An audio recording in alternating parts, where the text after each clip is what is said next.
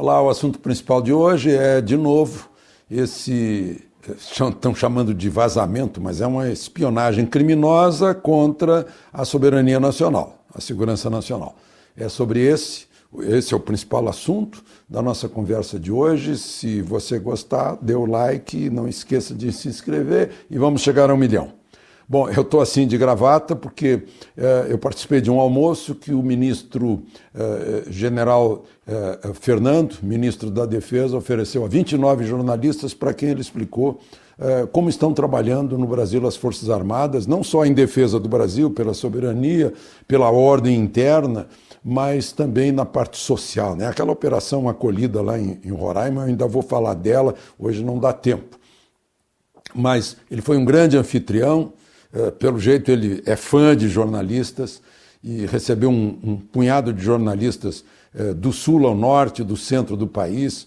Foi uma espécie de confraternização. Antes disso, eu falei para cerca de 500 integrantes do Poder Judiciário no Brasil, de todo o Brasil. Desembargadores, juízes, promotores, advogados, gente que trabalha nos tribunais. Eles estão fazendo um encontro em Brasília para dar mais agilidade à justiça, para atender melhor essa demanda, né? Inclusive a exigência. O Custo Brasil diz que a insegurança jurídica é uma das causas. Depende muito do legislativo também.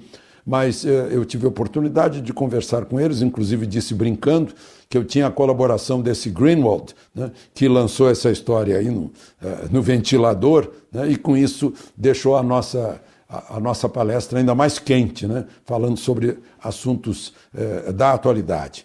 Tanto no Ministério da Defesa quanto lá entre o pessoal do Poder Judiciário eu ouvi a mesma coisa, né, que não tem nada de mais na conversa de um juiz com um promotor, né, e que tem sim algo de muito sério quando telefones, quando redes sociais são invadidas, né, que deveriam ser sigilosas e protegidas, são invadidas por criminosos que fazem o uso do produto do crime numa divulgação, né?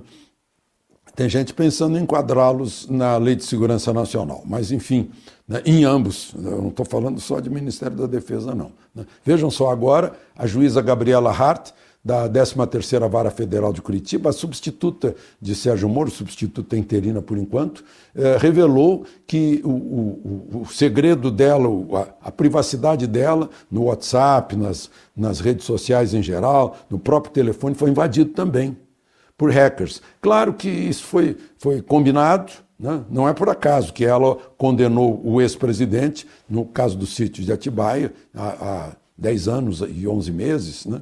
E agora, né, depois disso, a defesa do ex-presidente está entrando com pedido de suspeição de um dos procuradores que assinou a denúncia no caso do sítio de Atibaia.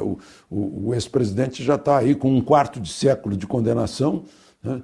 E tem mais contratos pela frente, processos pela frente, é réu em muitos casos. Bom, falando sobre esse assunto, agora está envolvida aí, a gente viu que a Rede Globo fez uma nota a respeito do senhor Greenwald, né, que ele não foi correto, ofereceu uma bomba para a Rede Globo, mas não disse qual era a bomba, segundo a nota da Globo.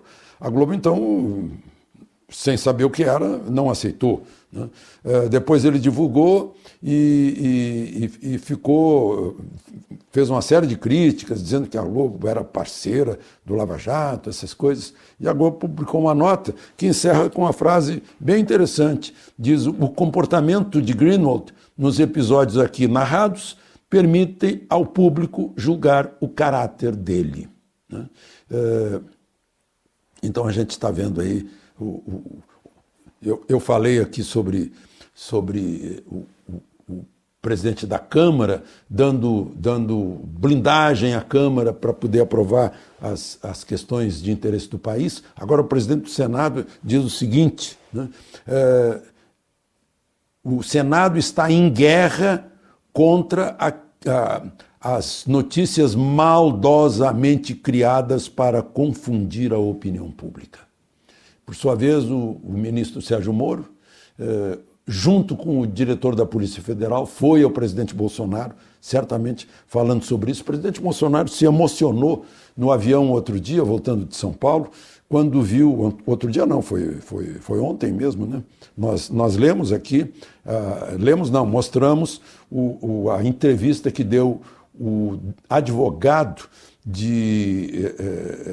bispo, do Adélio Bispo, quando a moça perguntou para ele, quem foi que pagou? A primeira foi o mandante, a gente entendeu, mas depois foram algumas emissoras de televisão. O presidente, quando viu isso, não quis acreditar, viu por 3 vezes, ficou até emocionado, dizendo, pô, finalmente alguém está preocupado em saber de onde é que vem o dinheiro para sustentar essa defesa, né? Uma defesa que não é barata, né? Eu continuo perguntando quem foi que botou o nome do Adélio Bispo como visitante da Câmara dos Deputados no dia em que ele enfiou a faca na barriga de Bolsonaro, no dia 6 de setembro. Está registrado na Câmara que ele entrou lá, ele era visitante, era um álibi que estava preparado se o agressor não fosse capturado em Juiz de Fora para mostrar onde ele estava, né? Quem é que organiza isso? Não é um homem sozinho que faz isso, né? Depois tem aquelas coincidências, né, que morrem as pessoas que conviveram com ele no hotel, aparecem malas cheias de dinheiro, inclusive dinheiro falso, lá em Juiz de Fora, tudo muito estranho. Mas, enfim, voltemos ao assunto desses dias, né? Outra questão que a gente viu aí agora, né? O STF julgou hoje, já está julgado, embora o presidente do Supremo tenha pedido vistas, né? Mas já tem praticamente a maioria, um decreto de Bolsonaro que extinguiu os conselhos que foram criados aí ao longo dos últimos anos, como o chamado conselhão, com 92 conselheiros, gente do melhor nível, né? Gente assim, a nata nacional, Conselho Nacional de Desenvolvimento Econômico e Social, né? Inclusive eu tenho amigos que fazem parte do conselho. Conselho importante. Agora, qual era o resultado desses conselhos não se sabe. Então, no enxugamento do governo, porque o conselheiro certamente ganha jeton por reunião, ganha as passagens, ganha hospedagem para vir a Brasília, né? Tá um monte de conselho. Mas tem alguns conselhos que são amparados por lei. Aí decreto não pode, né? A coisa funciona assim lá no Palácio do Planalto. O presidente tem pressa em algum assunto, passa para o jurídico, olha, vê o que eu posso fazer por medida provisória, por decreto, para não depender de projeto de lei que fica circulando lá dentro do Congresso, né?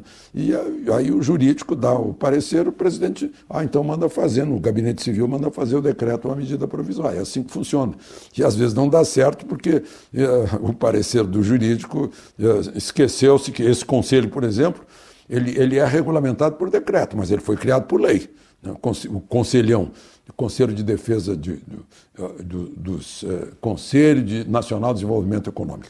E uma outra questão, aquele decreto das armas, ele pode fazer sim, né? Facilitando, tirando a burocracia para registro de arma, para porte de arma, né? Porte de arma para quem realmente precisa.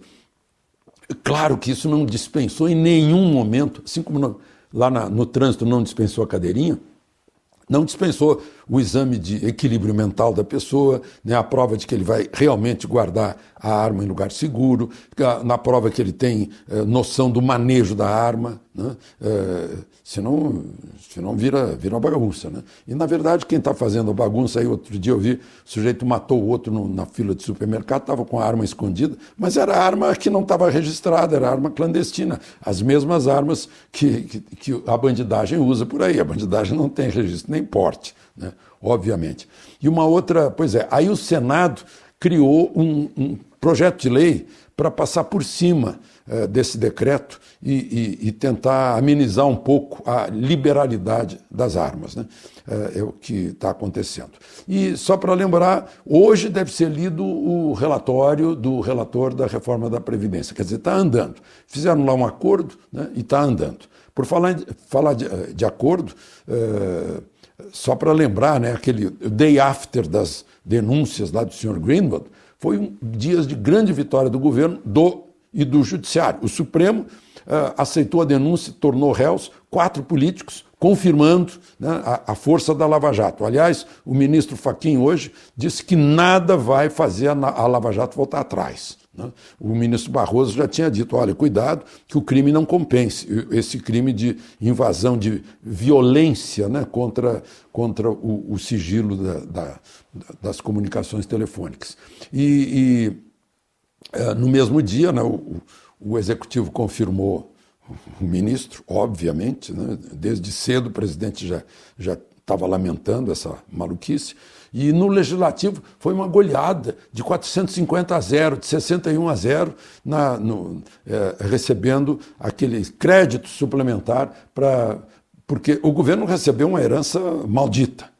Não tem, início de governo não tem dinheiro para pagar as contas. Então precisava de um suplemento no orçamento de quase 250 bilhões que foi concedido num dia, né, mostrando realmente que o Legislativo também está interessado, como o Judiciário, né, unindo-se ao Executivo para atender as questões imediatas do país. Então é nesse espírito que amanhã, né, quinta-feira, vai ser lido já o relatório da reforma da Previdência, o que significa que a reforma vai a plenário e provavelmente vai ser votada pela primeira vez, é a grande votação, a derrubada das muralhas de Jericó, ainda no primeiro semestre, né? Não adiantou nada o esforço que se fez para proteger os corruptos, aí, divulgando essas questões aí da Lava Jato, como se perseguir corrupção, mostrar o crime da corrupção fosse um pecado. É isso que está tentando se passar para aquelas mentes que estão mais já capturadas, né, em facções, em seitas. De Brasília, Alexandre Garcia.